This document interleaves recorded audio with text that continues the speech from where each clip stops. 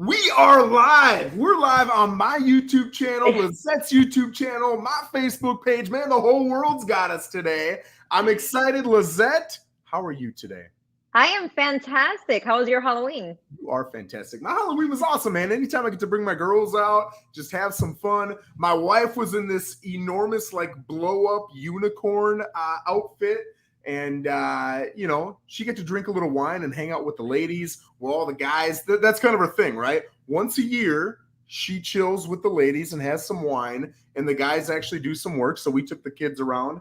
And I think she figures, like, hey, on Halloween, nobody's going to hit my kids because there's so many of them out there. So Joe can't mess this up. So I get one shot a year with the kids. That's it. So not too bad. How was your Halloween? It was awesome. I mean, we have a great neighborhood. So all the kids were out trick-or-treating, and at night, later, all the adults got together. So it was awesome. Yes. Were you hanging out in that garage? I love your garage. The garage, the kitchen. We were having a great time. Yeah. But we were playing pool. It was awesome. Awesome. Well, that's good. Guys, today, this is what we're talking about. Super easy to sell. Everybody knows that. It's no secret, right? You're going to get all kinds of money. You're going to be happy. We're all rich. Thank you, baby Jesus. But now I gotta go buy. Buying is going to be tough.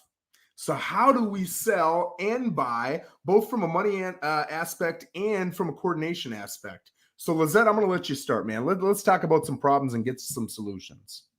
So I think this is one of the complaints I hear the most lately from sellers is they are amazed how much equity is in their property, what their properties could sell for, but then they're like, well, where do I go? I can't go and move just down the road to the same comparable property because then I'm not making any profit. So I really like to sit down with my sellers, potential buyers, and discuss with them, what is it that you need and what is it that you want? Are you at that stage in life where you are ready to downsize? Because if so, this may be a fantastic moment for you. Yeah. Are you looking to relocate? That's another option if you're not interested in staying in the same area. Or maybe you want to upgrade and put whatever profit you got into another property. So there's always options. It's just really sitting down and seeing what's your situation. Yeah, and I would say this is a great moment to remind yourself that when the market turns, it's really kind of the same scenario if you're selling and then buying, right? If the market is great, like it is right now, you're going to make all kinds of money on your sale and you're going to be excited. And then you're going to go take it in the pants on the purchase. You just are, right? And in a negative market or a worse market, you're going to take it in the pants on the sale. You're not going to like it. It's going to hurt. But then when you go buy, you're going to get a deal. And I don't know why it is mentally, but it's so true. Tell me if I'm wrong. When you're selling, if you sell 20, 30, 40 grand short of what you expect, it's painful. It hurts. But for some reason, when you buy and you have to pay 20, 30, 40 grand more, it's kind of exciting still. Like I'm still getting something cool. It's new. It's fitting what I want to do. So the pain, even though it's exactly the same monetarily, the pain is just lesser. Would you agree with that? I completely agree. Yeah. Is this basically really sitting down and seeing what your options are? You're going to be in the same situation no matter what market you're in. It's just in this market, I think a lot of people are thinking, I could buy a house cash with what I'm profiting. But then they go ahead and look at the market they want to buy and they're like, oh, I'm maybe not. Yeah. I think that's a great point. And you had mentioned earlier, if you are moving down, right? Maybe you're 60, 70 years old, kids are out of the house, whatever, and you're trying to move from a 3,000 square foot to a 2,000 square foot. That's a situation where, hey, if houses are going up 20%, when the 500s go up 20%, it's much bigger than when the 300s go up 20%. So if you're moving down in price, this is actually a good time to do it, right? So I think that's a great point. I'd also say, and you kind of alluded to this also, every situation is so different.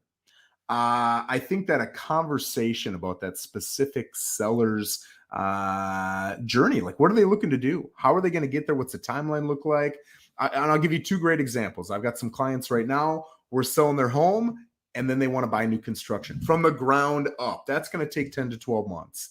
So it's really simple for them. They can go get a rental. They can stay in that rental for a full year. That's pretty common. It's not that challenging. They've got great credit, so they're not going to have a problem with that. They've already got storage, so they're not going to have a problem with that. They've got all their ducks in a row. It's a piece of cake for them, and it fits really well with what they're looking to do. But if you want to sell and then go buy and you want it to be seamless, which is what a lot of people want, right? You've got to look at other solutions. So I'll start with a couple solutions, and Lissette, I'll turn it over to you. If you're a normal seller, so this is your situation, I want to sell, I do not want to go into storage, which that's still an alternative you can talk about, and I do not want a short-term rental. What can I do?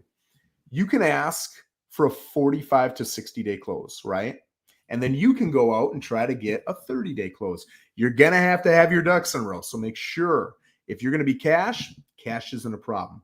If you're going to have a loan on that, you better get pre-approved. Make sure you've got all your documentation, you got your proof of funds, you're all set to go. It's fluid, and you can present that offer the day you get under contract, right? I will say, as a buyer's agent, it's really challenging to present and get accepted your offer if you're not through inspection on your sale. All right. So if you've got to be contingent upon the sale of your home, which I would say 90-95% of people do, you're going to want to get through that inspection. If you come to my listing and you give me the best offer ever and you're not through inspection yet, and you're certainly not through appraisal yet, I'm not saying it won't get accepted, but the likelihood of it getting accepted is probably in the single digits. It's going to be pretty low. So you want to make sure you get through that inspection. If you can ask for that 45 to 60 days, which in this market as a seller, it's pretty common to ask for and it's pretty common to get. Now, if you've got a 30-day close on your purchase, that gives you about 2 to 4 weeks to go hunting. And yes, you might have to put in a couple offers to get one, but you can get one. I'll say you better be mentally prepared, because right now I saw 2 offers over the weekend. One was for $20,000 over, cash, no inspection contingency, closes whenever the seller wants, guaranteed escrow funds down, and it lost. I saw another one. It was $50,000 over. It was conventional, $20,000 down in non-refundable escrow funds, closes whenever the seller wants. They're covering 30 grand in a short appraisal. If it were to happen, it lost. So you have to come in hot and heavy. And even if you do come in strong, you have to realize you still might lose. So you've got to be aggressive. Lissette, what are some other options or things that we should be thinking about? There's so many options if you're looking for something to tie you over in a time period of that you need to get out of your home and get into the next one. One of them is a lease back. You could ask to lease back the property for whatever time period you need. And if you have a buyer that can work with that, they could lease you back the property. You pay the rent for 30, 60, 90 days. Today, we have so many more options that we didn't have maybe 10 years ago. We have Airbnbs, we have seasonal rentals. There's options that you could just stay on Airbnb for a few months. Or get a seasonal rental. And there's also properties in townhomes and apartments that cater to seasonal rentals. So it's just going out there and seeing which one works best for you and being a little bit flexible. Everything's going to come with a little bit of an uncomfortable feeling if you have to move, put your stuff in storage, but that's part of the process. Now, and I'd love for you to correct me, because I've only seen this in maybe 2-3 circumstances here in the last 90 days. But if you're looking for a normal 12-month rental, you're doing it the normal way, first, last deposit, all that good stuff, and you're looking for a cheap 2 to 3 bed in Port St. Lucie, you're probably starting around $2,000, right? You might even be in the 22 to 25 if you want any sort of amenities or a specific location or whatever. But if you're looking for a short term, right? If you're in this situation where I just sold, but I want a little more time to shop, so hey, if I can get a 1, 2, 3 month rental, that would be great.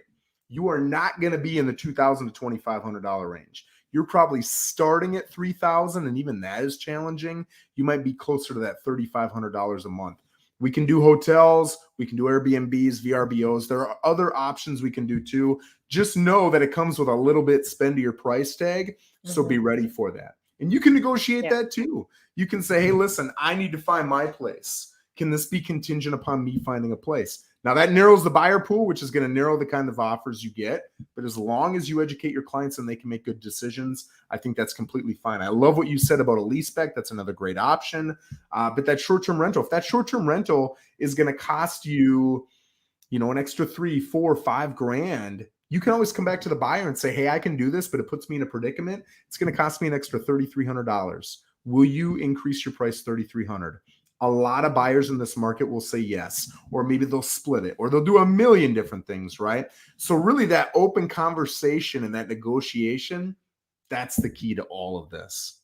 Yeah. And also keeping in mind the type of season you're in. So if you're looking for a seasonal rental and you're looking now high season for us, the snowbirds, yeah, there are going to be at the top of the market, you're going to spend the most. But in the summer, the seasonal rental prices actually drop. We don't have the golfers and we don't have the snowbirds. Everyone's gone because it's too hot. So you Yeah. might get a deal on the seasonal rental then. I think that's great. Well, hey, I think we've covered all of our bases here. Again, I cannot stress enough how important just an open conversation is. If you've got a great communicator and an agent, and they can talk to both you and the other side, a lot of times you're going to find not just one, but multiple solutions that'll work for people. So, Lissette, I really appreciate it. Thank you so much for joining me. Awesome. If you guys have any topics you want to see in the future, feel free to DM me or Lissette. If you're watching this on YouTube, you can go put any ideas down in the comments. We'll see that, and we will certainly make a video for you. Other than that, have a fantastic week.